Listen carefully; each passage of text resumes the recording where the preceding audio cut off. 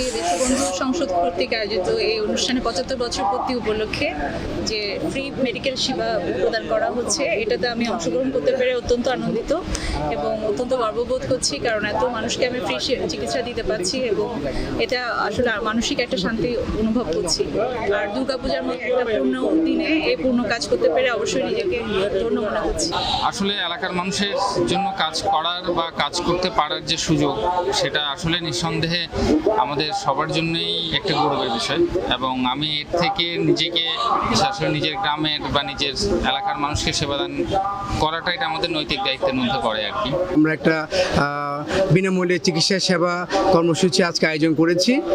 আমাদের এটা ৭৫ বছর পূর্তি উপলক্ষে একটা বিশেষ অনুষ্ঠানের একটা অংশ এবং এই অনুষ্ঠানে আমরা জানেন আমরা সকাল থেকে আজকে আমাদের যে ধর্ম বর্ণ নির্বিশেষে আমাদের অত্র এলাকার যত রোগী আছেন সবাইকে চিকিৎসা সেবা দিয়ে যাচ্ছি। আমি চোখের চিকিৎসা নিচ্ছি মাথা ব্যথার জন্য, আমার ভালো লাগতেছে ফ্রি চিকিৎসা নিয়ে।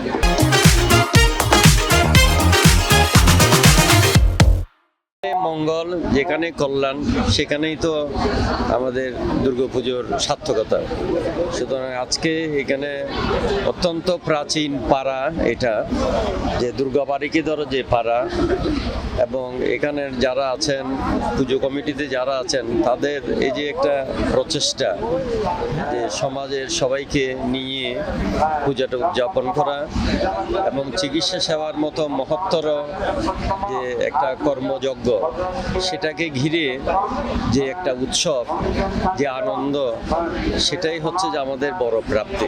আমরা চেয়েছিলাম এলাকাবাসী যারা গরিব মানুষ আছে তারা ভালো একটা চিকিৎসা পায় না, যার কারণে আমাদের এলাকার যারা কমিটিতে আছে এবং সবাই মিলে একটা সিদ্ধান্ত নিয়েছে যে প্রতি বছর একটা এরকম একটা ফ্রি চিকিৎসা সেবা ক্যাম্প নিলে প্রত্যেকটা মানুষ একটা ফ্রিতে একটা চিকিৎসা পাবে এবং তারা আমাদের এখান থেকে একটা সহযোগিতা পাবে। সেজন্য আমাদের দেশবন্ধু সংসদের এই আয়োজন।